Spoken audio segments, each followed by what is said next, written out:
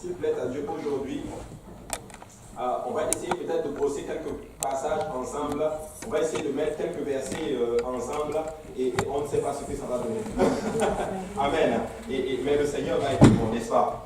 Le Seigneur va être bon avec nous. Alléluia. Maintenant, j'aimerais qu'on lise un passage. Alléluia. Et tout en espérant que le Seigneur va nous dire quelque chose. Et je crois que le Seigneur va nous dire quelque chose. Alléluia. Maintenant, on va aller dans le psaume chapitre 23. Et nous allons lire à partir du verset 1. J'aimerais qu'on se lève tous ensemble. Et nous allons lire ce passage. Psaume chapitre 23. On va lire les 6 premiers versets. Alléluia. La Bible dit: Cantique de David, l'Éternel est mon berger, je ne manquerai de rien. Il me fait reposer dans le vert pâturage. Il me dirige près des eaux paisibles. Il restaure mon âme. Il me conduit dans le sentier de la justice à cause de son nom. Quand je marche dans la vallée de l'ombre de la mort, je ne crains aucun mal car tu es avec moi. Ta houlette et ton bâton me rassurent. Tu dresses devant moi une table en face de mes adversaires. Tu oins d'huile ma tête et ma coupe déborde. Oui, le bonheur et la grâce m'accompagneront tous les jours de ma vie et j'habiterai dans la maison de l'Éternel jusqu'à la fin de mes jours. Alléluia. Et vous pouvez vous asseoir dans la présence du Seigneur. Alléluia.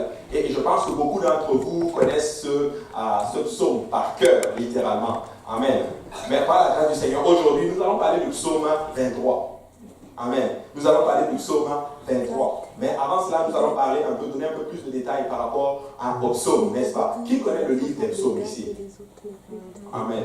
Maintenant, qui a écrit le livre des psaumes?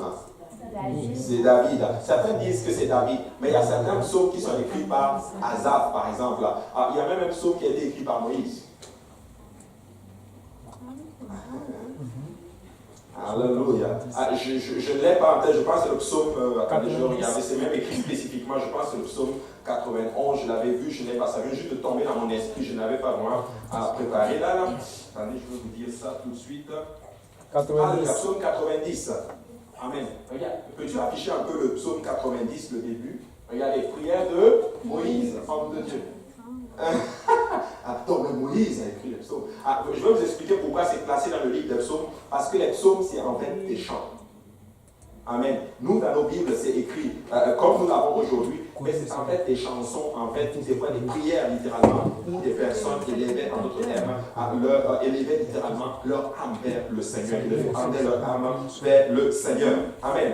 Et on pense que le psaume est considéré comme le chapitre, ou du moins le livre le plus aimé du Nouveau Testament. Il est, et le psaume 23 est le 23e psaume classé comme nous l'avons aujourd'hui. Certains psaumes n'ont pas de titre, certains psaumes sont marqués juste, ça commence juste, mais on pense que c'est David qui les a écrits. Ça peut ne pas être David, mais la grande majorité des psaumes, c'est David qui les a écrits.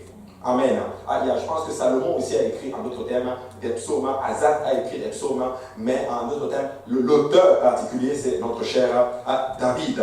Amen. Quelqu'un dit, on pense même que les psaumes, c'est l'un des monuments littéraires le plus noble de tous les âges, ils disent. C'est tellement extraordinaire la façon dont c'est écrit. Et les psaumes nous révèlent, en d'autres termes, une partie littéralement, le caractère de notre Seigneur, le caractère de ceux qui l'écrivent, et en d'autres termes, ils parlent même, ils prophétisent même, en d'autres termes, ceux souvent les temps de l'Église. Amen. Et dans ces psaumes-là, si tu l'étudies bien, tu vas voir en d'autres termes la vie de David, tu vas voir les luttes que David a eues, les victoires que David a eues, les détresses que David a eues, mais c'est juste extraordinaire. Et un temps viendra où nous allons faire une étude littéralement sur les 5 livres poétiques que nous avons dans la Bible, c'est-à-dire le livre des psaumes, Cantique des cantiques, le livre des proverbes, quelqu'un d'autre? Job, Ecclésiaste, amen. C'est les 5 livres poétiques et nous allons en d'autres termes les étudier un de ces jours. Amen. Maintenant, David, je suis convaincu, aura la reconnaissance de millions de gens à cause de ces psaumes. Parce que beaucoup de personnes, ils ne connaissent pas trop la Bible, mais ils peuvent te citer les psaumes. Ils peuvent te citer, même les enfants maintenant savent citer le psaume 23. Ou disons quelques psaumes dans la parole du Seigneur, les psaumes qui sont quand même très connus. Mais nous savons une chose, c'est que notre Seigneur Jésus-Christ aimait les psaumes. Il faisait tellement partie de ses pensées que ses dernières paroles, alors qu'il agonisait sur la croix, furent des citations des psaumes. Si on ouvre le psaume chapitre 22, par exemple, à partir du verset 2, la Bible dit ceci: mon Dieu, pourquoi m'as-tu abandonné? Mon Dieu, pourquoi m'as-tu abandonné. À quoi ça nous fait penser? À Jésus-Christ qui est en train de dire ces paroles-là à la croix. Donc vous pouvez voir que les psaumes étaient littéralement dans la pensée de notre Seigneur à Jésus-Christ. Il va aller même plus loin. Il a fait beaucoup de psaumes. Il a même dit que la plupart des psaumes se référaient à lui. N'est-ce pas? À Luc chapitre 24, verset 44, si on peut l'ouvrir. Luc chapitre 24, verset 44. Je l'ai ici. La Bible dit, puis il leur dit, c'est là ce que je vous disais lorsque j'étais encore avec vous, qu'il fallait que s'accomplisse tout ce qui est écrit de moi dans la loi de Moïse, dans les prophètes et dans les psaumes. Donc on voit qu'en d'autres termes, notre Seigneur Jésus-Christ parlait et que les psaumes étaient vraiment dans sa pensée. Il vivait en d'autres termes entre les psaumes. Mais je vais vous dire ce que moi je crois littéralement aussi, peuple de Dieu. C'est que je crois que nous aussi nous sommes dans les psaumes. Amen. Donc quand nous prenons les psaumes, nous pouvons en d'autres termes nous référer aux psaumes. Quand David fait sa prière, nous pouvons des fois enlever certains, disons le pronom, et nous mettre nous-mêmes dans ces paroles-là. Quand David dit par exemple, je ne crains aucun mal, tu peux te l'approprier littéralement. Quand il dit justement, l'Éternel est mon berger, tu peux te l'approprier littéralement. En d'autres termes, nous pouvons nous approprier en d'autres termes les psaumes. Et quelqu'un qui étudie les psaumes, ça développe ta capacité à prier, ta capacité à s'adresser, à t'adresser au Seigneur. Amen. Regardez, William Gladstone dit que toute la civilisation grecque mise ensemble est moins merveilleuse que les psaumes. Waouh! Toute la civilisation grecque mise ensemble. Et nous savons que la civilisation grecque a été une civilisation qui a impacté le monde à un moment donné. Mais lui dit que tout ça mis ensemble, c'est moins que les psaumes. Je ne sais pas pour vous, mais moi, j'aime les psaumes. Mais aujourd'hui, par la grâce du Seigneur, nous allons étudier le psaume chapitre 23. Que quelqu'un dise le psaume 23. Et je pense que chacun d'entre vous, peut-être vous pouvez citer au moins un verset du psaume 23. Ou sinon, tous les psaumes, tout le chapitre, en d'autres termes. Moi, je suis content parce que les enfants, je me rappelle Samuel ici à la présentation des enfants avait cité le psaume 23 et c'était juste extraordinaire. Amen. Maintenant, nous allons lire le psaume chapitre 23 et on va essayer de le décortiquer ensemble et on va voir qu'est-ce que le Seigneur a pour nous aujourd'hui.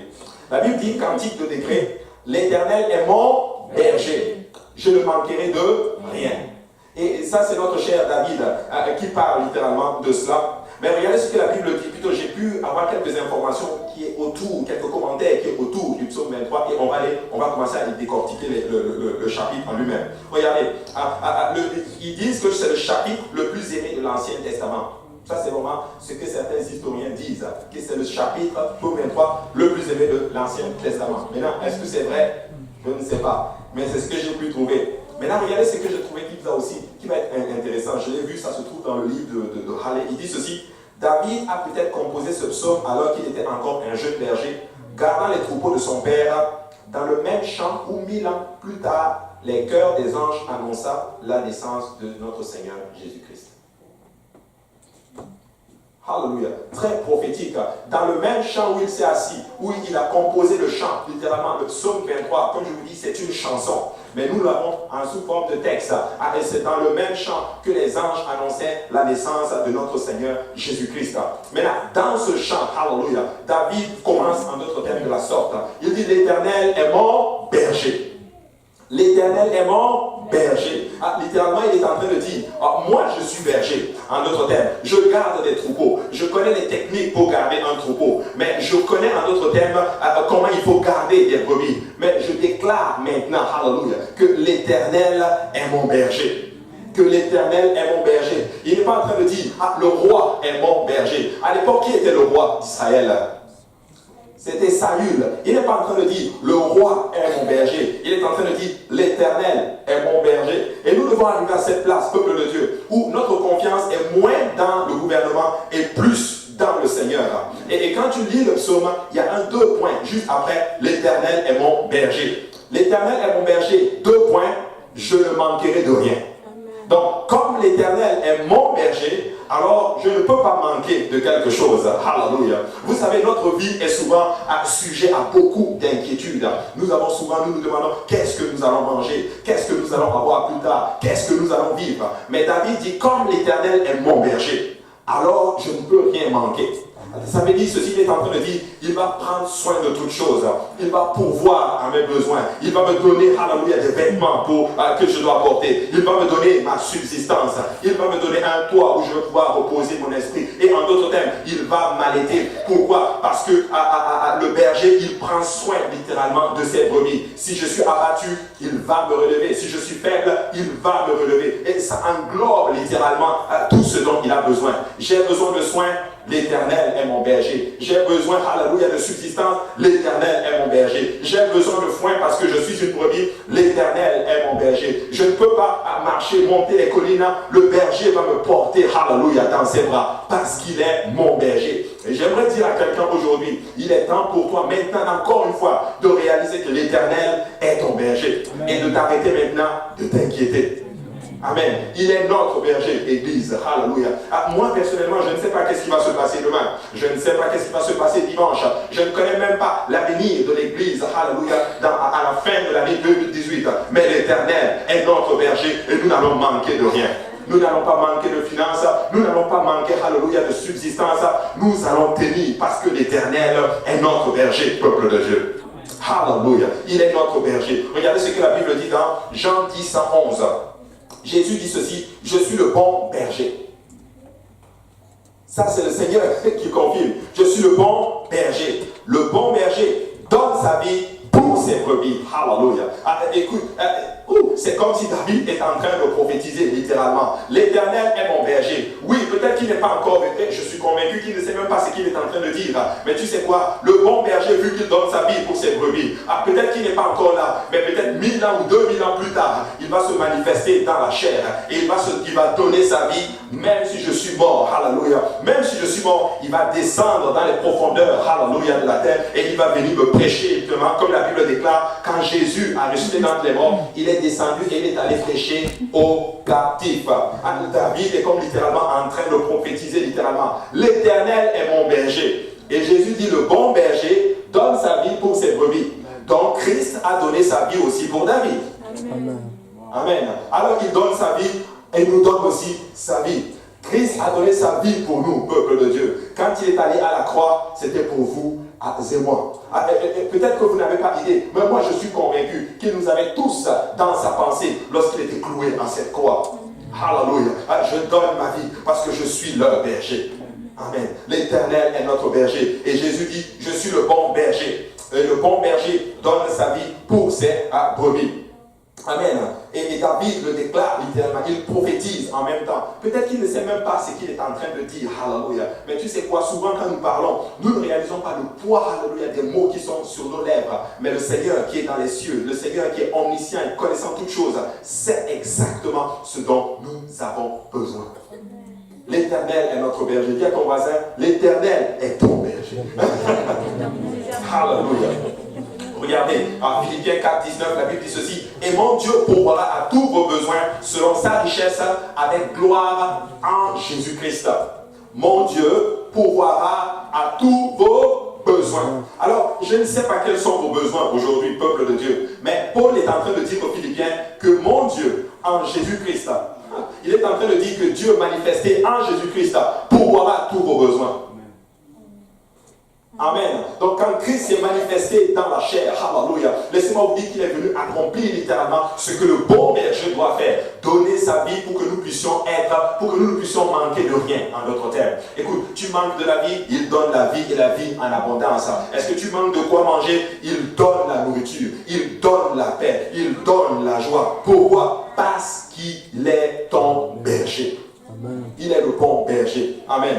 Regardez, si l'Éternel est ton berger, alors il conduira tes pas. Ésaïe 40, verset 11, la Bible dit ceci. Comme un berger, il paîtra son troupeau, il prendra les agneaux dans ses bras et il les portera dans son sein. Il conduira les brebis qui allaitent. Parlons un peu de ce verset. Il dit ceci, comme un berger, il paîtra son troupeau. Écoute, Christ n'est pas un berger qui laisse tomber son troupeau. Les autres divinités, alléluia, ils utilisent leur troupeau. Mais je connais un berger qui n'utilise pas ses troupeaux. C'est lui, alléluia, qui pourvoit à tout son troupeau. Notre Dieu ne nous utilise pas et nous laisse tomber. Notre Dieu ne nous suce pas et nous laisse tomber. Notre Dieu n'est pas là, alléluia, pour nous utiliser, alors que le monde est là justement pour nous utiliser. Notre Dieu prend soin de nous. Hallelujah. Il paie son troupeau. Il prend ses responsabilités. Dans le livre d'Ésaïe, le Seigneur dit lui-même, qui osera me donner des ordres en ce qui concerne les enfants? Je prends mes responsabilités. Je pourvois aux besoins de mes enfants. Hallelujah. Et ça veut dire que peu importe ce que tu es en train de faire, le Seigneur prendra tout à la lettre. Il prendra soin de toutes choses. Écoute, ton père et ta mère peuvent t'abandonner, mais l'Éternel ne va jamais t'abandonner. Le monde peut t'abandonner, mais Jésus-Christ ne va jamais t'abandonner. Les gens peuvent t'utiliser littéralement juste parce que tu as quelque chose dont ils ont besoin. Et ils sont amis avec toi par intérêt. Ils te veulent parce que tu as quelque chose dont ils ont. Mais Jésus-Christ n'est pas comme cela. Il vient vers toi et il te donne littéralement tout ce dont tu as besoin. Il n'est pas un Dieu qui utilise, alléluia, ses enfants. J'ai été musulman. Allah utilise ces gens. Il conduit ces gens littéralement à se suicider littéralement et à aller littéralement, comme on peut le dire, c'est triste à dire, mais aller vers la perdition. Mais Jésus-Christ arrive. Il est notre berger. Il nous donne la vie et la vie en abondance. Amen. Alléluia. N'êtes-vous pas content de servir le bon berger?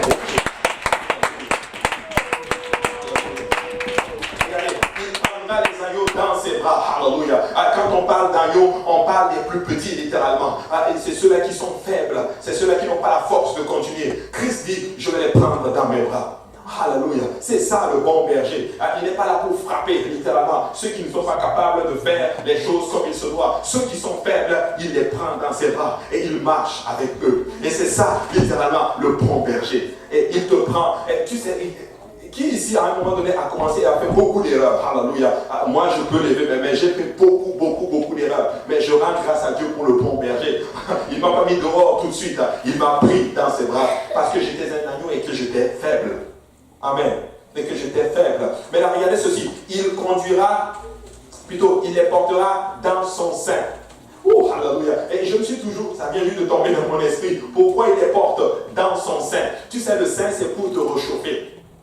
Quand une maman prend son bébé dans son sein, c'est pour lui donner la chaleur dont l'enfant a besoin. Tu sais, quand l'enfant sort, j'ai eu souvent mes enfants quand ils sont nés, hallelujah, et il y a des moments où le petit, c'est quand il était couché sur le sein de sa maman, sur le ventre de sa maman, il ressentait la chaleur, littéralement, qu'il avait quand il était à l'intérieur de sa maman. Mais écoutez, il nous prend dans son sein pour que nous puissions ressentir sa chaleur, hallelujah. Je vais dire quelque chose à quelqu'un. Tu sais, quand ça ne va pas dans ta vie, essaie juste de te retrouver dans la présence du Seigneur, hallelujah. Il te réchauffe, il te reconforte, il te donne, alléluia. J'aime ces moments-là où je suis dans les bras du Seigneur. C'est peut-être pas les bras physiques, mais les bras spirituels sont largement mieux même que les bras physiques. Alléluia. Et j'aime la suite du verset. Regardez, il conduira les brebis qui allaitent. Les brebis qui allaitent, c'est ceux-là, alléluia, qui vont allaiter d'autres brebis. C'est ceux-là qui vont aller nourrir les autres brebis par les études bibliques, par les enseignements, par l'évangélisation. Dieu dit, je vais te conduire. Je vais te conduire parce qu'il est le bon berger. Pendant que tu enseignes, que tu nourris une âme, alors que tu prends soin d'une âme, alors que tu es en train de nourrir quelqu'un à travers l'étude biblique, alors que tu allaites quelqu'un, le Seigneur déclare dans sa parole, il conduira les brebis qui allaitent. Ceux qui sont faibles, il les porte. Mais ceux qui allaitent, il les conduit. Alléluia. Parce que ceux qui sont faibles ne peuvent pas, alléluia, suivre, ne peuvent pas aller à la même vitesse que ceux qui allaitent. Ceux qui allaitent ont atteint ce qu'on appelle la maturité. Ils ont grandi, ils commencent à comprendre, ils commencent à prendre la chose. Mais il y en a qui n'ont pas encore atteint cette maturité. Peuple de Dieu, ce n'est pas bien grave. Laissons-les grandir. Ils sont dans les bras du berger. Alléluia. Et alors qu'ils sont dans les bras du berger, le Seigneur va les conduire à maturer et à devenir des brebis aussi qui allaitent. Alléluia. N'êtes-vous pas content de servir ce Seigneur? Vous savez, nous sommes vraiment contents. Puisque David a vu le Seigneur comme son berger, alors le Seigneur l'a aussi établi comme un berger. Ézéchiel chapitre 34, verset 23. J'établirai sur elle un seul pasteur qui les fera paître, mon serviteur David. Alléluia. Regardez, il dit ceci, il les fera paître et il sera leur pasteur. C'est Ézéchiel qui le dit. Écoute, Ézéchiel dit ce passage, David est déjà mort quand Ézéchiel parle de son passage. Mais la parole de Dieu déclare ceci, j'établirai sur elle un seul pasteur qui les fera paître, mon serviteur David. Oh, moi je pense que ce passage est juste prophétique. prophétique.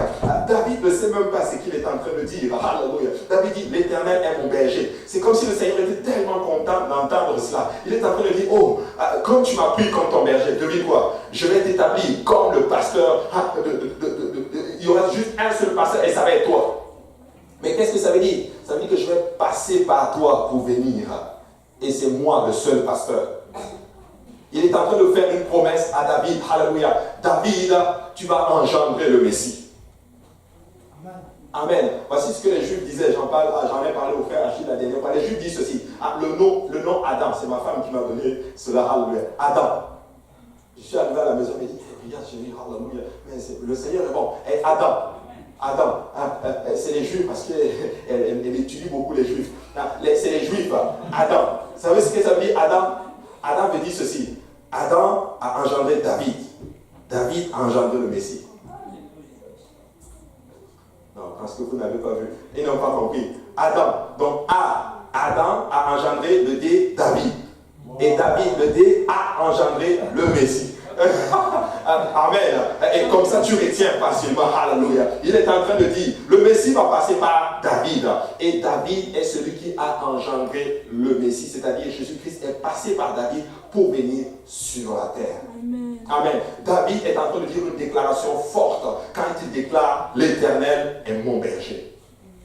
Amen. C'est beaucoup plus profond que ce que nous avons. Regardez, moi l'Éternel, je serai leur Dieu. Et mon serviteur David sera prince au milieu d'elle. Moi l'Éternel, j'ai parlé. Écoute, si David, qui n'avait pas de Saint-Esprit, déclare que l'Éternel est mon berger, et Dieu lui fait cette promesse, qu'en est-il de nous aujourd'hui, remplis du Saint-Esprit, qui déclarons l'Éternel est mon berger?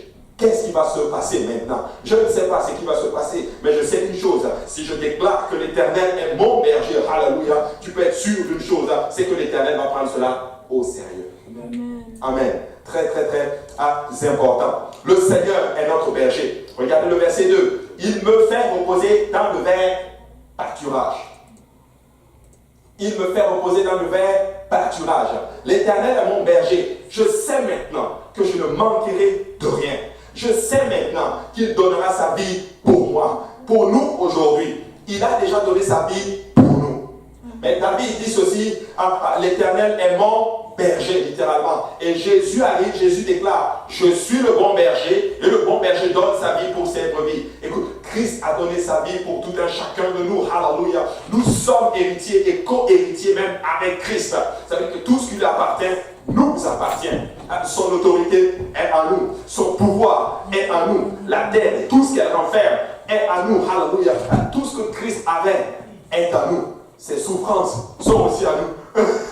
Mais écoute, dans sa souffrance, nous allons hériter dans la gloire. Écoute, Christ a été semé dans la faiblesse, mais il a été ressuscité dans la gloire. Peut-être que tu es dans la faiblesse, mais laisse-moi te dire que tu es dans la gloire, dans le Seigneur. Parce que c'est dans la faiblesse que le Seigneur se glorifie. Amen. Très important. Maintenant, il me fait reposer dans le vert pâturage. Tu sais, il y a quelque chose dont le monde recherche. C'est la quiétude et la paix dans leur âme. Tu sais, quand les gens courent dehors, c'est parce qu'ils sont troublés dans leur âme. C'est parce qu'ils manquent de quelque chose. Ils ont une soif, littéralement, que le monde ne peut pas combler. Écoute ceci. Il y a un vide en tout un chacun de nous qui a la forme de Dieu. Vous voyez dans quel... Donc, ça veut dire que dans le puzzle, tu peux juste mettre que Dieu. Amen. Si tu mets l'alcool, ça ne fit pas. Si tu mets les drogues, ça ne fit pas. Si tu mets les relations, ça ne fit pas. Mais si tu prends Dieu et que tu mets dans ce vide, ça fit et ça remplit, alléluia, le vide, alléluia, qui est dans tout un chacun de nous. Écoute, il y a un vide dans l'homme que le Seigneur seul peut combler. Le Seigneur n'aime pas le vide en nous. À tout vide en nous, il va le combler par sa présence. Alléluia. Il nous fait reposer. Et cette présence, littéralement, ce repos, littéralement, c'est la quiétude que nous avons lorsque nous rencontrons en notre terme le Seigneur. Tu sais, ce n'est pas normal qu'un enfant de Dieu, ayant repenti de ses péchés, a été baptisé au nom de Jésus-Christ pour le pardon de ses péchés, a rempli du Saint-Esprit, essayant de vivre dans la sanctification, et que tu commences à vivre encore dans les inquiétudes. Écoute, ce n'est pas normal. C'est parce que tes pensées sont encore attachées littéralement aux choses du monde. Tu es encore attaché à ton passé, peut-être qu'il n'est pas glorieux. Tu regardes encore au monde. Je sais que le monde des fois est capable, littéralement, nous miroite souvent certaines choses. Mais tu sais quoi, si tu t'accroches à la parole du bon berger, tu vas reposer dans le vert pâturage. Ton âme va se reposer, tu vas être dans la quiétude, tu vas avoir la conscience purifiée de tous tes péchés et tu vas marcher, alléluia, avec assurance. Bien que même si la situation ne se règle pas tout de suite, mais tu auras la paix au milieu de tes problèmes. Amen. Amen. Il nous fait reposer dans le vert pâturage. Écoutez, je suis venu à Christ parce que je suis troublé. Mais aujourd'hui, j'ai le repos. Tu sais, quand tu es troublé, viens à Christ. Même si tu n'es pas troublé, viens à Christ parce qu'il n'y a que lui qui peut donner le repos. Il n'y a que Christ qui peut donner le repos. Alléluia. Il te déclare lui-même, je suis la paix. Qu'est-ce que tu recherches? La paix. Christ est la paix. Christ te fait reposer dans le vert pâturage. Pourquoi il parle des verts pâturage? Il parle des verts pâturage parce que c'est la nourriture de la brebis. La brebis a besoin justement de certains pâturages verts. Pas des foins fanés, pas de la nourriture fanée, pas de la nourriture périmée, mais le vert pâturage pour pouvoir grandir spirituellement, en d'autres termes. En fait, il nourrit ton âme. Alléluia. Il réjouit ton âme par la puissance de sa parole. Tu sais, il est ton berger. Il va te conduire quelque part pour que tu puisses bien manger et grandir spirituellement. Alors, l'Éternel est mon berger. Il me fait reposer. Où? Dans le vert pâturage. Amen. Tu sais, dans ce verset, tu peux le voir de plusieurs façons. Dans le vert pâturage. Il me fait reposer dans le vert pâturage. Il parle du repos et il parle des verts pâturages. Les verts pâturages, c'est la nourriture. Mais il parle du repos. Tu sais, le repos pour une brebis, c'est après avoir bien mangé, elle se repose pour ruminer. Donc, il est en train de dire, alors que tu donnes ta vie au Seigneur, il va te faire bien manger spirituellement. Amen. Et tu vas pouvoir être dans le repos. Donc, pour pouvoir être dans le repos, tu dois manger la parole de Dieu. Amen. Pour pouvoir bien ruminer. Mais si tu manges autre chose que la parole du Seigneur, tu vas commencer à avoir une indigestion. Et ton âme va commencer à être ballottée. Et tu vas dire, mais c'est bizarre, j'ai donné ma vie à ce berger-là, mais je ne suis pas reposé dans le vert. C'est probablement parce que tu n'es pas encore dans le vert pâturage. Oui, tu as dit qu'il était ton berger, mais tu n'as pas suivi le berger vers les verts pâturages. Écoute, alors que tu as donné ta vie au Seigneur, écoute la parole du Seigneur. Ne manque pas les études bibliques. Étudie les études bibliques pour bien manger spirituellement et te reposer dans le vert pâturage afin que ton âme puisse avoir la quiétude. Alors l'Éternel est notre berger, peuple de Dieu. Il nous conduit dans le vert pâturage. Il nous fait reposer littéralement. Amen. Nous devons nous reposer dans le Seigneur, peuple de Dieu. Nous ne devons pas manger toutes sortes de choses. Nous devons faire attention. Si ce n'est pas dans la parole du Seigneur, please, mets à la poubelle. Amen. Si ce n'est pas de Dieu, please, mets à la poubelle. Écoute, fais attention à ce que tu manges spirituellement. Amen. N'écoute pas tout le monde. Il y a certaines personnes où je vais aller plus loin, je vais aller beaucoup plus loin. Ce passage est très très fort. Il y a certaines personnes, la voix des autres personnes est beaucoup plus forte que le berger.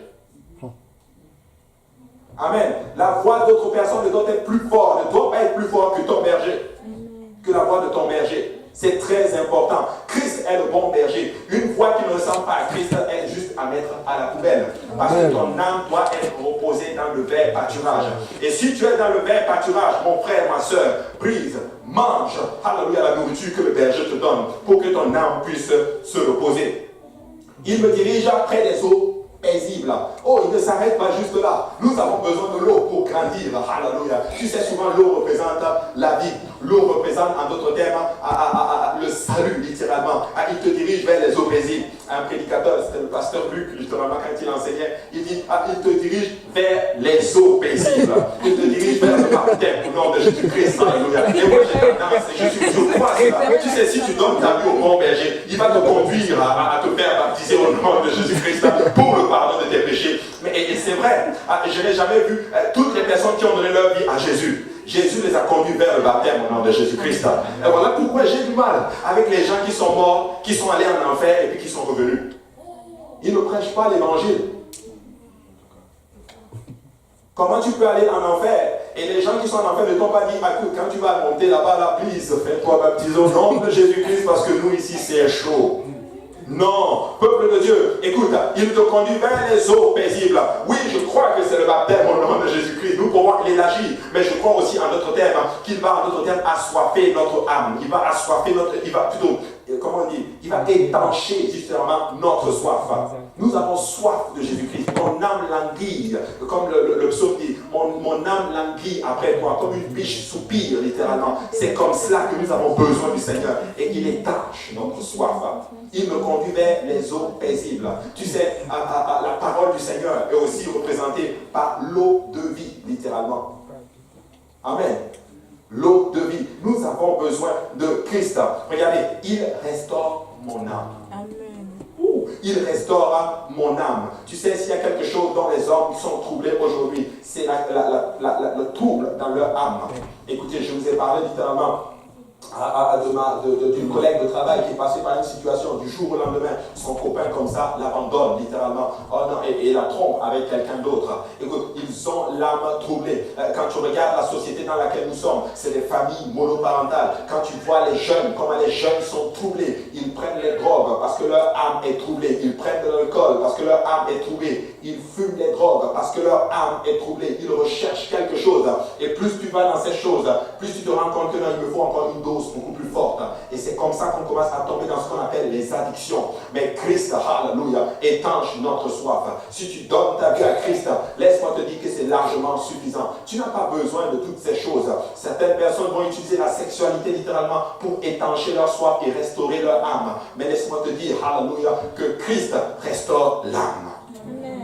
Christ restaure notre âme. Écoutez, quand j'ai donné ma vie au Seigneur, j'étais très troublé dans mon âme. J'avais tellement peur de ce qui va arriver demain. Et quand j'ai dit, ok, je renonce à l'islam, j'étais tellement peur. Je vais être honnête avec vous, j'avais des talismans, alléluia, des papiers où c'était écrit des versets coraniques, comme soi-disant ma protection, alléluia. Mais quand j'ai donné ma vie au Seigneur, l'Esprit du Seigneur m'a dit, écoute, tant que tu m'as donné ta vie, tu dois jeter toutes ces choses.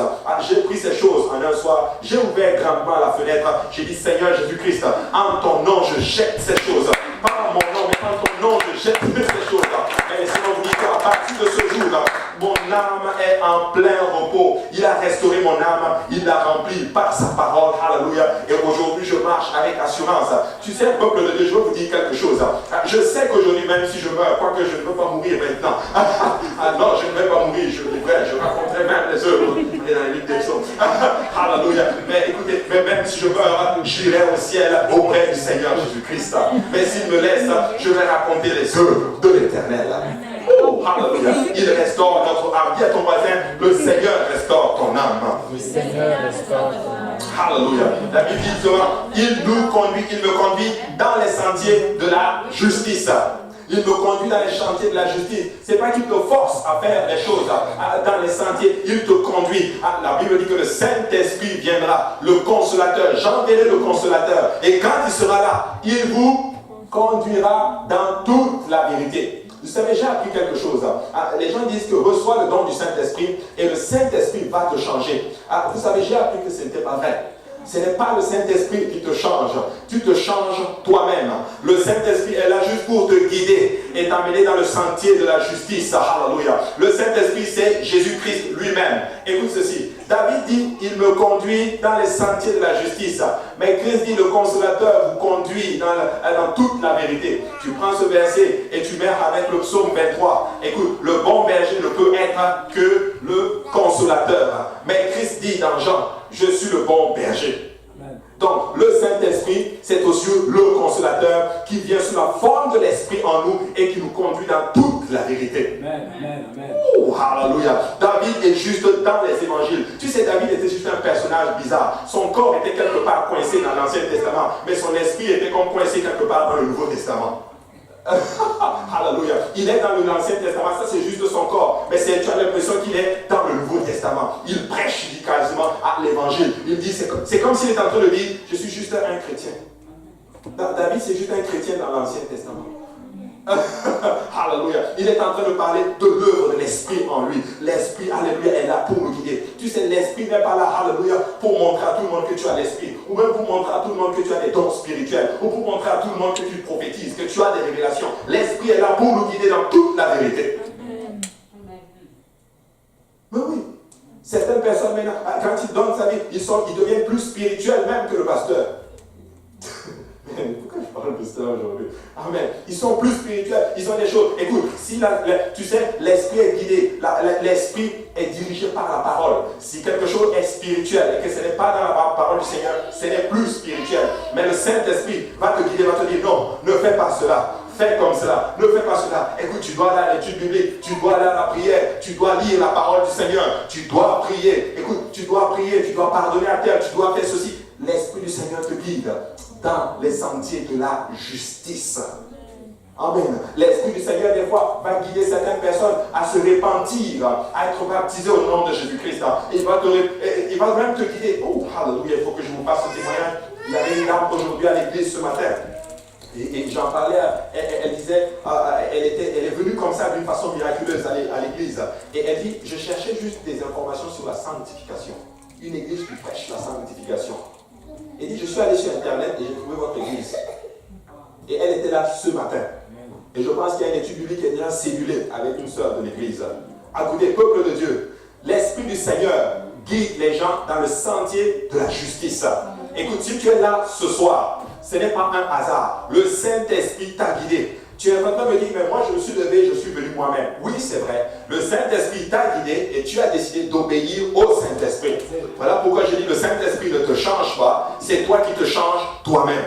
Alors que le Saint-Esprit vient à toi, il te donne la conviction, mais c'est toi qui décides, j'obéis à la parole du Seigneur. Écoutez, n'arrivez pas à cette place où vous êtes forcé à faire les choses, mais faites les choses parce que vous avez choisi de suivre le Saint-Esprit.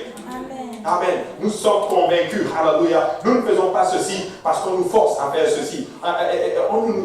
Je ne pense pas avoir payé certaines personnes pour être dans le service ce soir. Mais je rends grâce à Dieu, alléluia, que vous avez obéi au Saint-Esprit. Le bon berger vous a conduit dans le sentier de la justice et vous voilà ce soir dans la maison du Seigneur. Alléluia. Battez les mains pour le bon berger. Alléluia. Il est le bon berger, peuple de Dieu. Il est le bon berger. Et regardez ceci. Il restaure mon âme, il me conduit dans les sentiers de la justice. Et cela pas à cause de nous. Pas à cause de ce que nous avons fait. Pas à cause de notre justice.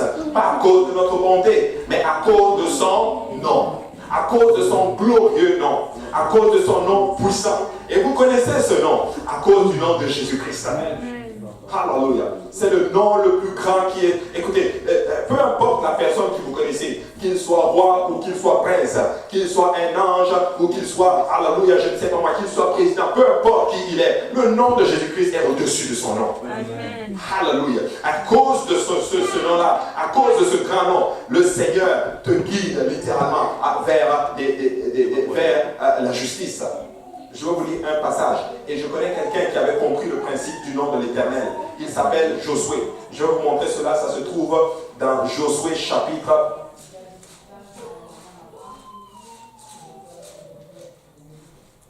Je m'excuse, ce n'était pas trop dans mon texte. Regardez. Josué chapitre 7. À partir du verset 6, la Bible déclare que les enfants d'Israël, ils ont réussi à prendre la première ville qui était Jéricho. Mais la deuxième ville qui était beaucoup plus petite que Jéricho, la Bible dit qu'ils ont perdu. Josué a pris des gens pour aller combattre la ville de Haï. Mais la ville de Haï, les Haï ont battu justement les enfants d'Israël. Peut-être c'est pour ça qu'ils ont fait Haï. Non, je m'excuse, je fais juste la blague. Mais pourquoi? Parce que quelqu'un avait triché, quelqu'un avait volé un manteau à Jéricho. Mais quand le peuple est revenu sous la défaite de Haï, regardez ce que Josué va dire au Seigneur. Josué chapitre 7 verset 6. Josué déchira ses vêtements et se prosternant jusqu'au soir, visage contre terre, devant l'arche de l'Éternel. Lui et les anciens d'Israël, ils se couvrirent la tête de poussière. Josué dit, ah Seigneur éternel, pourquoi tu fais passer le Jourdain à ce peuple-là pour nous livrer entre les mains des Amoréens et les faire périr? Oh, si nous eussions su rester de l'autre côté du Jourdain, de grâce Seigneur, que dirais-je après qu'Israël a tourné le dos devant ses ennemis? Les Cananéens et tous les habitants du pays l'apprendront, ils nous envelopperont et ils feront disparaître notre nom de la terre. Que feras-tu pour ton grand nom? Amen. Josué parle de l'Éternel, il parle avec le Seigneur. Il est en train de dire, Seigneur, oui, nous avons péché, oui, il y a eu la défaite à Haï. Et pourquoi tu permets qu'il y ait la défaite? faite. Écoute, si tu permets qu'on nous efface, que feras-tu de ton grand nom? En fait, il est en train de dire ceci. Que feras-tu de notre nom? Que feras-tu de ton grand nom? Regardez le verset. Ils feront disparaître notre nom de la terre. Que feras-tu de ton grand nom? Il est en train de dire, nous portons ton nom, Seigneur. Parce que regarde, notre nom va disparaître. Que feras-tu de ton grand nom? Il est en train de dire, nous portons ton nom. Parce que nous portons ton nom éternel, alléluia, tu dois faire quelque chose. Parce que ce n'est pas nous qui est en jeu, mais c'est ton honneur qui est en jeu, alléluia. Mais à cause de ce nom-là, David dit que l'Éternel le guide dans toute la justice. Tu sais, tu peux aller vers le Seigneur avec cela. Tu peux lui dire, Seigneur, j'ai peut-être mal fait. Alléluia. Seigneur, je suis la risée de tout le monde. Seigneur, les choses ne vont mal dans ma vie. Mais je viens plaider à cause de ton nom. Alléluia. J'ai porté ton nom dans les eaux de baptême. Que diront les gens de ton grand nom? Écoute, tu peux plaider avec le Seigneur et gagner. Tu peux plaider en utilisant le nom de l'Éternel. Seigneur, ce n'est pas mon honneur qui est en jeu, c'est ton honneur qui est en jeu. Oh, et je rends grâce à Dieu, alléluia, que l'œuvre qui a commencé, ce n'est pas mon honneur qui est en jeu, c'est l'honneur de Jésus-Christ qui est en jeu. Et comme Dieu ne va pas laisser son honneur tomber, et alors qu'il ne donne pas sa gloire, il va glorifier sa parole. Il va glorifier l'œuvre qu'il est en train de faire en tout un chacun de nous. Il dit qu'il ne va pas t'abandonner, c'est son honneur qui est en jeu.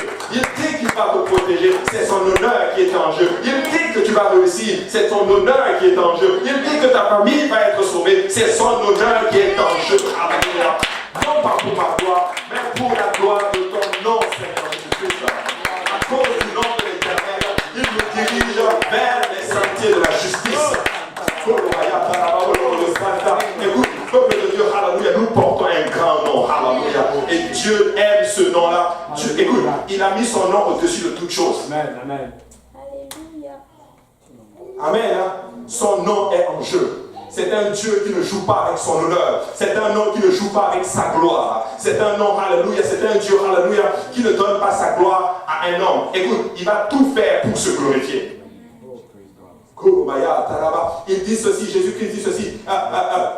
Plutôt, il dit dans les livres d'Ésaïe, je ne donnerai pas ma gloire à un homme. Écoute, s'il est ton Seigneur, laisse-moi te dire qu'à cause de ce grand nom que tu as porté dans les eaux de baptême, Christ dit littéralement, je vais glorifier mon nom.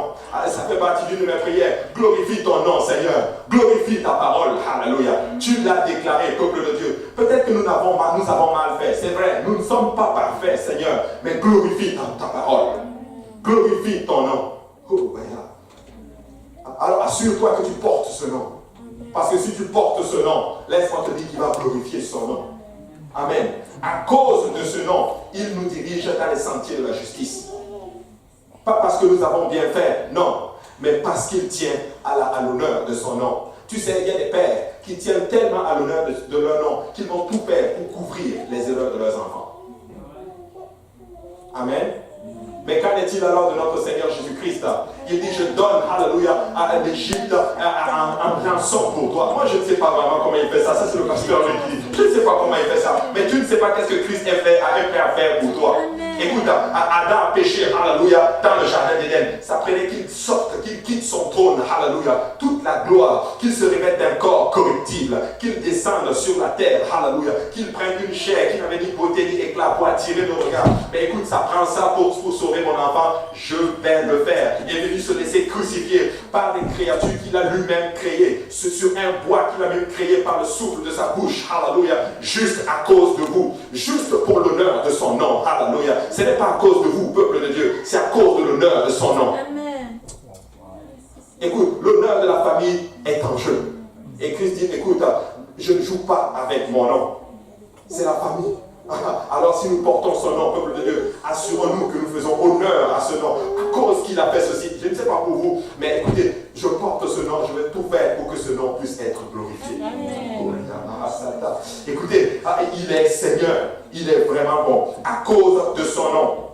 Regarde ce que David dit au verset 4. Quand je marche dans la vallée de l'ombre de la mort, je ne crains aucun mal, car tu es avec moi. David est juste très spécifique. Quand je marche même dans l'ombre de la vallée de la mort, Je ne crains aucun mal. Vous savez, c'est juste un personnage bizarre, ce David. Mais là, je ne sais pas à quel moment il a écrit. Je n'ai pas vraiment creusé si c'était au moment où il était chez les Philistins ou si c'était juste après. J'ai vraiment tendance à croire que c'était juste après qu'il a été chez les Philistins. Quand tu étudies bien les textes, savez-vous que David a vécu chez les Philistins? Amen. Mais laissez-moi vous dire que les Philistins, qui a tué Goliath? David, qui était un Philistin, mais il va quand même et il vit même chez les Philistins. Et je comprends pourquoi il dit que même dans l'ombre de la vallée de la mort, je ne crains aucun mal, parce que tu es avec moi. Je suis même chez les Philistins, j'ai tué leur géant, mais je suis chez eux et ils ne peuvent rien me faire. Écoute, quand tu marches même dans l'ombre de la vallée de la mort, écoute-moi, laisse-moi te dire, alors que tu as mis ta confiance en Jésus-Christ, tu ne crains aucun mal. Le Seigneur est avec nous. Et l'enseignement, alléluia, du juge dont on a parlé, tu sais, la plus grande prophète, la plus grande promesse dans les Écritures, ce n'est même pas, ou du moins les promesses les plus fréquentes dans les Écritures, ce n'est même pas, je vous pardonnerai vos péchés, quoique ça en fait partie. Mais les promesses fréquentes que tu vois littéralement, c'est quoi? Je serai avec vous. Alléluia. Je serai avec vous. Peu importe où tu vas, il est avec nous. Alléluia. Peut-être que c'est dur en ce moment, mais Christ est avec toi. Peut-être que financièrement c'est dur, mais Christ est avec toi. Familialement c'est dur, mais Christ est avec toi. À l'école c'est dur, mais Christ est avec toi. Quand ta santé c'est dur, mais Christ est avec toi. Peu importe ce que tu traverses, Christ est avec nous. Il est avec nous. Voilà, on l'appelle Emmanuel. Je vais aller même plus loin. Il est avec nous et il est en nous. Il est en nous. Il est avec nous. Quand je marche dans l'ombre de la vallée de la mort, je ne crains aucun mal. Tu sais, Christ a même pris cette parole. Christ l'a appliquée sur lui-même. Lui-même a marché dans l'ombre de la vallée de la mort. Il a marché dans il est rentré, tu vois, dans les profondeurs. Il est allé, il a pris les clés du séjour des morts. Alléluia, à Satan. Oh, quelqu'un a dit ceci que Satan était en train de faire une fête alors qu'il avait les clés du séjour des morts. Il était en train de faire une fête et puis il était content. Mais laisse-moi vous dire que quand Christ a été crucifié, alléluia, il est descendu dans les profondeurs. Il a marché dans l'ombre de la vallée de la mort. Et pendant que les gens étaient en train de faire la fête, alors que Satan et ses acolytes étaient en train de faire la fête, tu entends une porte qui tape. Et Satan dit, allez ouvrir la porte.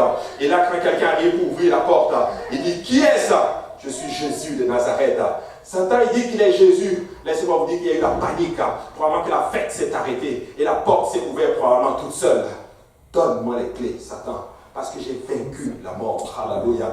Donne-moi les clés. Écoute, Satan n'a plus les clés du séjour des morts. C'est Christ qui a les clés. Alléluia. Alléluia. Et écoutez, un enfant de Dieu qui sert le Seigneur sincèrement, laisse-moi te dire que même si la mort s'applique sur toi, laisse-moi te dire que tu vas aller au ciel. Amen. Notre Seigneur est bon. Il marche. Et même dans le séjour des morts, rien ne peut t'arriver. Parce que Christ est avec nous. Et j'aime beaucoup la chanson des enfants. Avec Christ dans mon bateau, je peux rire de la tempête.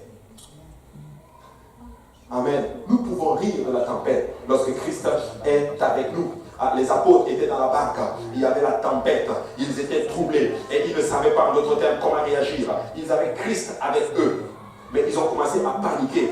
Mais lorsque le Seigneur s'est réveillé, mais pourquoi vous êtes troublés? Il parle à la tempête et la tempête se calme. Et les apôtres sont complètement dépassés. Mais qui est celui-ci à qui même la nature obéit? Laissez-moi vous dire qu'il est le Seigneur des Seigneurs. Il est le Dieu Tout-Puissant. Il est le créateur même, alléluia, de ces éléments naturels. Il est le commandeur en chef de ces éléments naturels. Il est celui qui a fait toutes les lois, alléluia. Il peut alors dompter alors toutes ces lois. Il est celui qui a fait la loi de la gravité. Il peut la dompter. Il n'y a pas une loi, la loi de la pesanteur, il peut aussi la dompter. Même la loi du péché, alléluia, alors qu'il existe, il t'a donné une loi supérieure qui est la loi de l'esprit de vie. Il peut tout dompter. Il peut tout dompter. Je ne crains aucun mal car tu es avec moi. Ta houlette et ton bâton me rassurent. Ça, c'est la partie que beaucoup de personnes n'aiment pas. La houlette et le bâton. Le bâton, ça peut être souvent la correction des fois. Tu sais, quand la brebis dévie un peu, boum, le bâton peut-être pour te ramener dans les voies du Seigneur. Et nous n'aimons pas souvent la correction. Mais écoute, s'il est notre berger, laisse-moi dire qu'il nous aime tellement pour aussi pouvoir nous corriger lorsque nous dévions un peu. Et que nous ne devons pas arriver à une place où nous refusons la correction du Seigneur. Le Seigneur doit être capable de nous parler dans nos vies et nous changeons littéralement. Le bâton est là pour nous ramener lorsque nous quittons, nous sortons. Et des fois, beaucoup ont tendance à quitter un peu, alléluia, les chemins littéralement du Seigneur. Pourquoi? Parce qu'ils regardent le monde et ils ont l'impression que nous n'avons plus de liberté. Écoutez, peuple de Dieu, je vous en prie, ça arrive beaucoup plus aux jeunes. Ils regardent leurs amis dans le monde. Lis un peu le psaume chapitre 73 et tu vas comprendre littéralement qu'est-ce que ça veut dire. Le psaume 73 nous dit ceci, que quand je regarde les gens du monde, ils prospèrent. Ça a l'impression que tout va bien. Et là, je me pose des questions. Mais qu'est-ce qui se passe? Moi, j'ai donné ma vie au Seigneur, mais les choses ne vont pas comme je le veux. Jusqu'à ce que je réalise littéralement que ces gens-là qui n'ont pas encore rencontré le Seigneur sont en direction vers la perdition. Mais peuple de Dieu, je vous en prie, ne regardez pas au monde. Jeunes, écoutez ce prédicateur. Faites attention. Le monde est détruit. Il y a quelqu'un, je parlais tantôt, mais je n'arrive plus, je suis fatigué. Mais tu sais quoi? Reste dans la maison du Seigneur. Reste dans les verts pâturages. Reste dans la présence du Seigneur. Fais confiance au Seigneur. Je sais que des fois nous avons tendance à un peu regarder un peu au monde. Mais tu sais quoi? Ne regarde pas au monde. Le monde va mal. Amen. Le monde va mal. Le monde va mal, mais tu sais quoi, ça va bien dans la maison du Seigneur. Ça a l'air troublant, mais laisse-moi te dire que ça va bien. Des fois, il va y avoir la correction. Christ va taper un peu pour que tu reviennes dans les voies du Seigneur. Mais tu sais quoi, accepte la correction. Écoute, si tu n'acceptes pas la correction, tu ne peux pas grandir dans le Seigneur. Écoutez, cet homme que vous voyez est un homme, et c'est vraiment tout un tas d'erreurs que Christ a pris ensemble, qu'il a tapé, il continue à taper encore. Mais nous rendons grâce au Seigneur que Christ des fois tape pour que nous revenions dans le droit chemin. Amen. La houlette, vous savez c'est quoi? C'est un bâton comme crochu. Quand il tombe dans le trou, il va juste mettre la coude et puis il va te prendre par le cou pour te ramener. Des fois, il va juste te ramener des fois avec la houlette. Ce sont des instruments que le berger utilise pour pouvoir mieux guider en notre terme sa brebis. Tu sais quoi? Nous n'aimons pas la correction. Ça, c'est la partie la plus difficile pour un enfant du Seigneur. Ils arrivent à une place et je comprends cela. Et c'est beaucoup plus difficile dans un contexte comme celui-là. Écoutez, je ne sais pas, je ne voulais vraiment pas dire ça maintenant, mais je vais vous le dire ceci. Une fois, j'étais dans la voiture avec le pasteur Kausi et il m'a dit quelque chose qui est resté ici. Il m'a dit, un homme de Dieu a dit ceci. En Amérique du Nord, on produit des leaders. Mais en Afrique, on produit des serviteurs. Qu'est-ce que ça veut dire? Ça veut dire ceci que on est même arrivé même dans la chrétienté. Que même souvent, même en Amérique du Nord, des gens qui se disent chrétiens, ils vivent comme des leaders. Mais quand tu vas en Afrique, beaucoup plus dans la chrétienté, tu vas voir, il y a beaucoup plus un esprit de service. Amen. Nous ne devons pas arriver. Il faut avoir un équilibre entre les deux. Oui, nous sommes des leaders et on aime beaucoup. Et c'est ça, c'est une nouvelle tendance maintenant dans la chrétienté. Oh, Christ m'appelle, je suis un leader. J'ai l'esprit d'un leader. Oui, tu as l'esprit d'un leader. Mais nous avons un esprit de serviteur parce que Christ était un serviteur. Christ était un dirigeant, mais Christ a servi. Écoute, le leader sert. Il sert les autres. Nous devons avoir un esprit où nous servons, un esprit humble, littéralement. On ne doit pas arriver à une place où on n'aime tellement pas qu'on nous corrige, où on devient littéralement comme tellement fier, littéralement. Oh, pourquoi il me parle comme cela? Non. On doit avoir le droit de corriger.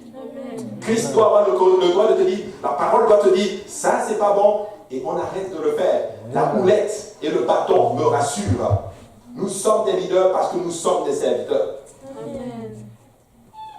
Amen. C'est ça un leader. Mais aujourd'hui, le leader, il ne veut plus servir. Les jeunes sortent de l'école biblique. Alléluia, tu les vois. Alléluia. Souvent, j'en vois certains quand ils viennent souvent pour prêcher ici aux conférences. Écoute, ils ont souvent... je ne veux pas rentrer là-dedans, mais écoutez, nous ne sommes pas comme ça, peuple de Dieu. Alléluia. Marchons dans la soumission. Marchons dans le service. Tu veux être un leader, sers les gens. Amen. Alléluia. Servons les gens et Dieu va faire de grandes choses. Même, je ne sais même pas pourquoi je suis dans cette affaire. Ta houlette et ton bâton me rassurent. Ta houlette et ton bâton me rassurent. Pourquoi? La brebis est en train de dire, écoute, ton bâton de correction, c'est ça qui, c'est mon assurance. C'est ça qui fait que je suis sûr que je ne vais pas tomber. Tu sais, il est en train de dire, je suis arrivé à une place où je sais que quand tu vas me corriger, je vais accepter. C'est ça qui me donne l'assurance. Ta boulette et le bâton me rassurent. Je vais vous choquer, je vais vous dire quelque chose, peuple de Dieu. Savez-vous que quand il y avait une brebis trop récalcitrante dans la bergerie, savez-vous ce que le berger fait? Il le casse le pied.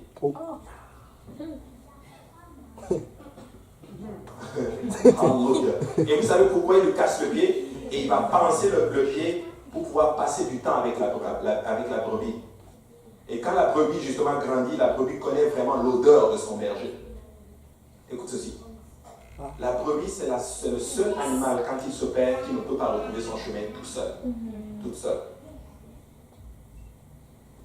Il faut que le berger aille la chercher.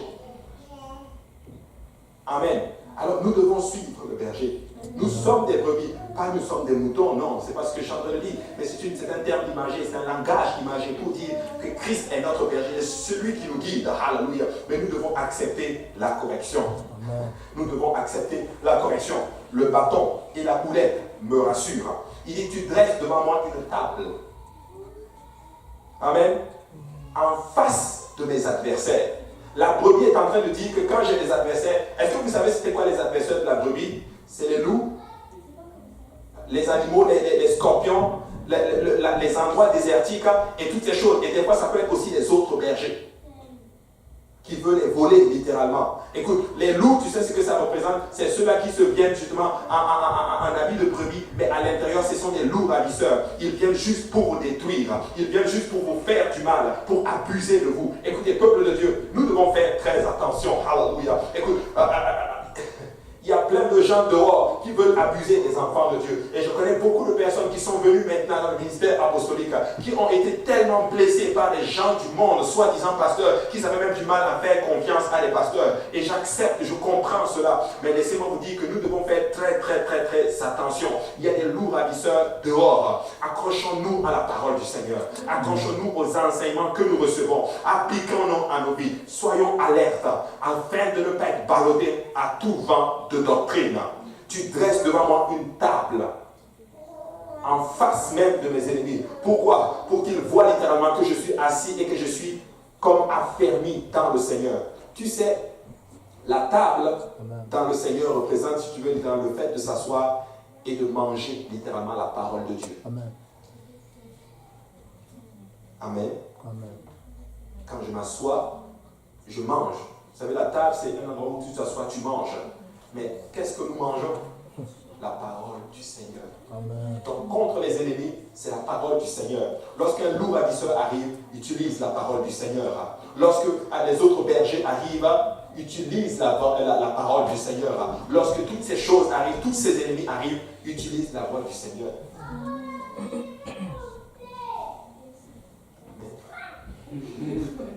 Je sens que vous m'écoutez, frère. Je suis encore. Je ne sais pas, c'est juste moi qui sais qui est dans mon truc. Je sais pas. Amen. Mais utilisons la parole du Seigneur. Amen.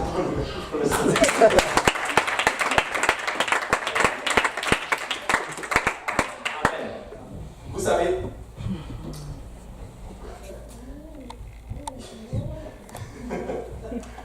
je sais que c'est beaucoup de stock là que je vous donne, je me lâche quoi. Amen. Mais je vous dis, peuple de Dieu, quelque chose.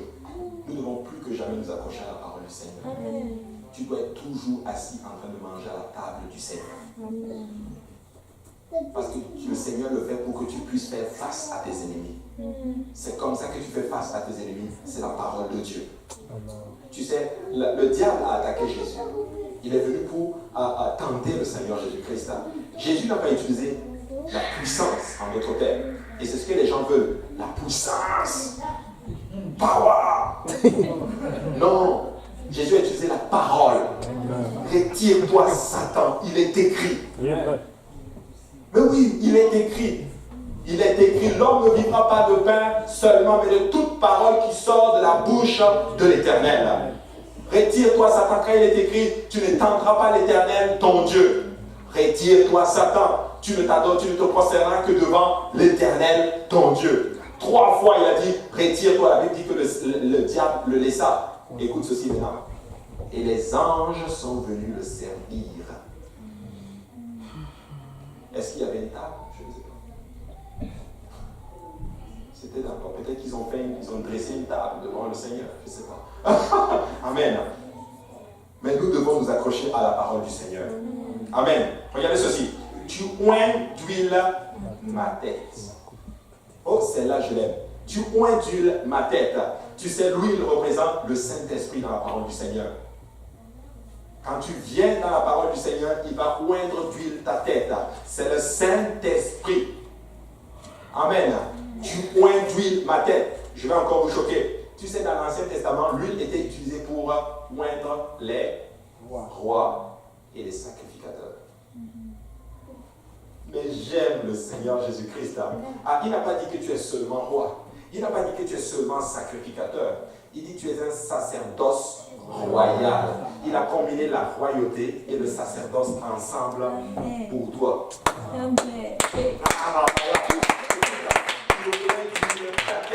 En fait, il y a une double portion de l'onction qui existait dans l'Ancien Testament. Oui, on moyait les rois. Oui, on donnait l'onction aux sacrificateurs. Mais aujourd'hui, tu es roi. En même temps, souverain sacrificateur, parce que le souverain sacrificateur, c'est lui. Mais en même temps, sacrificateur. Il a combiné l'onction ensemble. Ça veut dire ceci, peuple de Dieu. Parce que l'Éternel est notre berger, nous avons tout ça dans le package. Amen.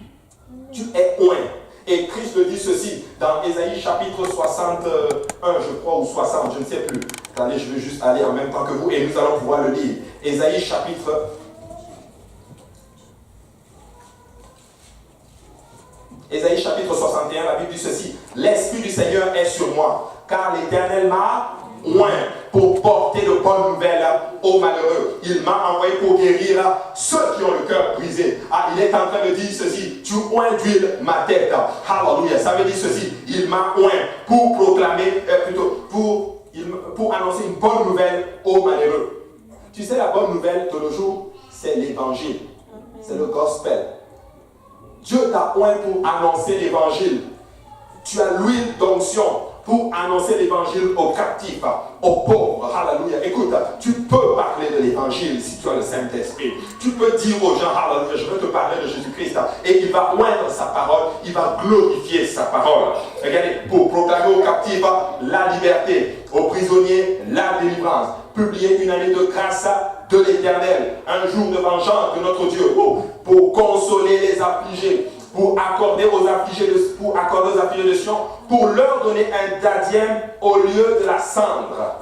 Regardez ce que la suite du verset dit. Une huile de joie au lieu du deuil. Tout ça procure de l'onction qui arrive lorsque nous sommes oints. Écoutez, nous sommes oints, peuple de Dieu, et nous devons continuer à donner cette bonne nouvelle. Alléluia. Parce que l'Éternel est notre berger. Ça fait partie du rôle du berger. Ou du moins, ça fait partie, en d'autres termes, des cadeaux et des privilèges que nous avons d'être dans la bergerie du bon berger. Amen. Il nous a oint d'huile. Écoute, quand tu vas dans la parole du Seigneur, il dit, il t'a oint. Christ a été oint. Ça dit qu'il a fait une chair et il a oint, il a choisi, il a béni cette chair pour faire l'œuvre à laquelle il nous a appelés à faire, en d'autres termes. Nous sommes oints. Je pense que vous ne comprenez pas. Nous sommes oints pour faire l'œuvre du Seigneur. L'onction veut dire ceci, tu as été choisi.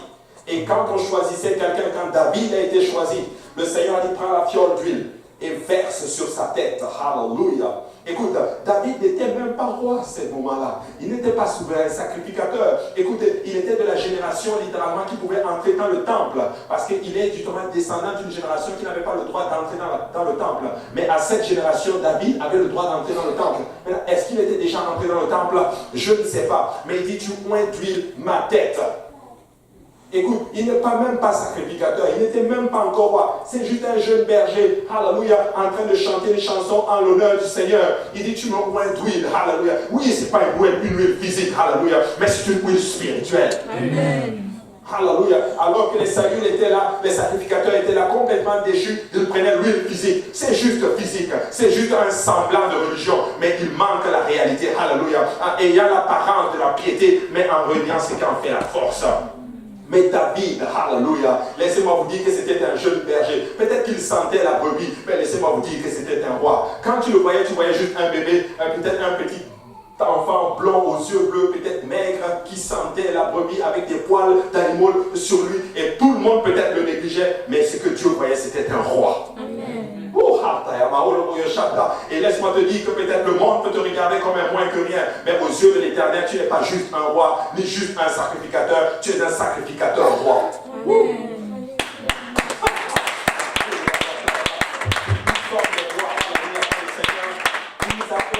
Parce qu'il est notre berger. Il est notre berger. Mais retournons à notre texte. Hallelujah.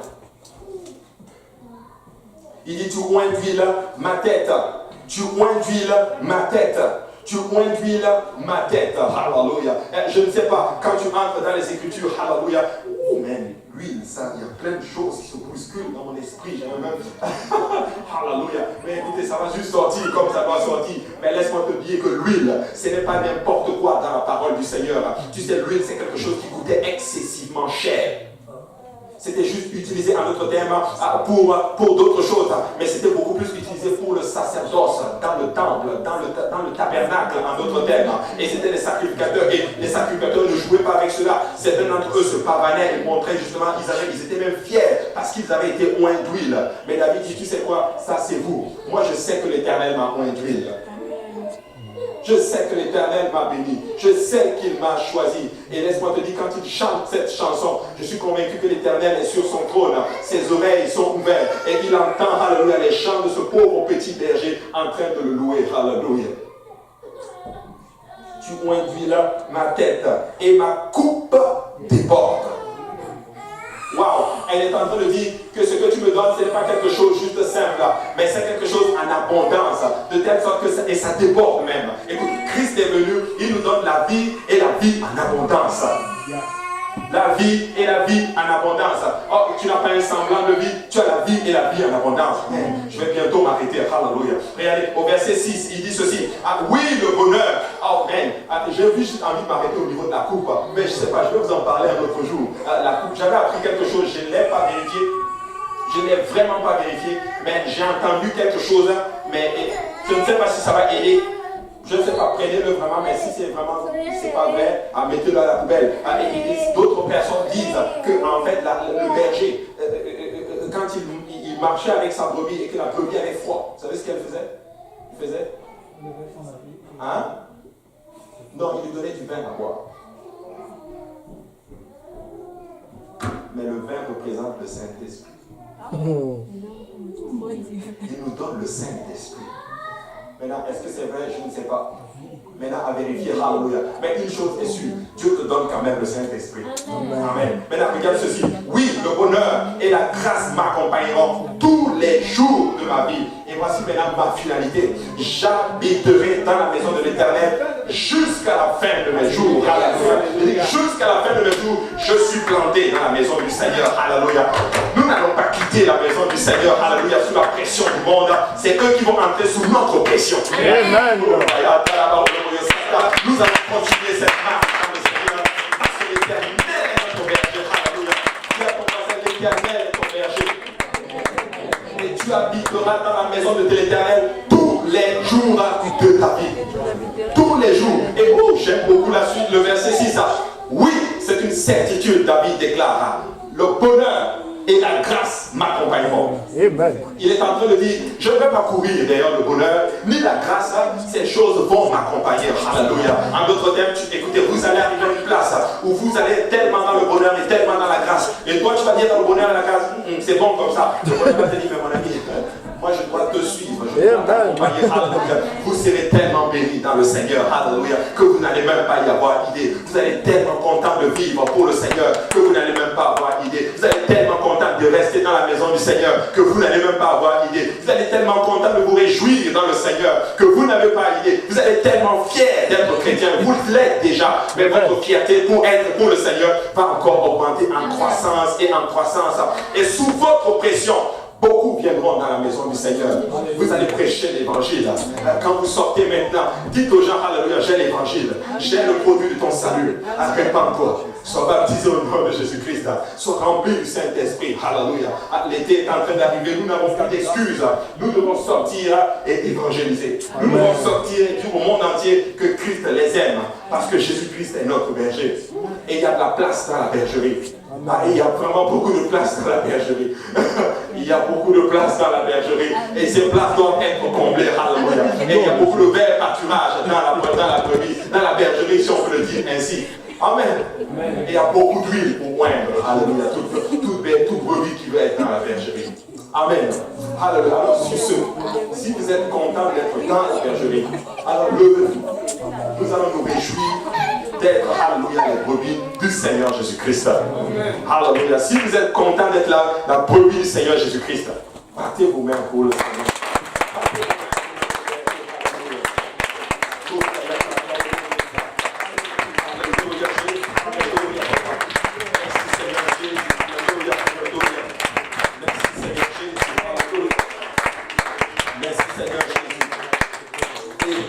J'ai à cœur qu'on fasse quelque chose. Nous allons tous venir à l'hôtel et nous allons chanter ce psaume. Nous n'allons peut-être pas le chanter comme David le chantait, je ne sais pas avec quel instrument. Je sais qu'il avait sa harpe avec lui. Mais voilà ce que nous allons faire. Nous allons réciter.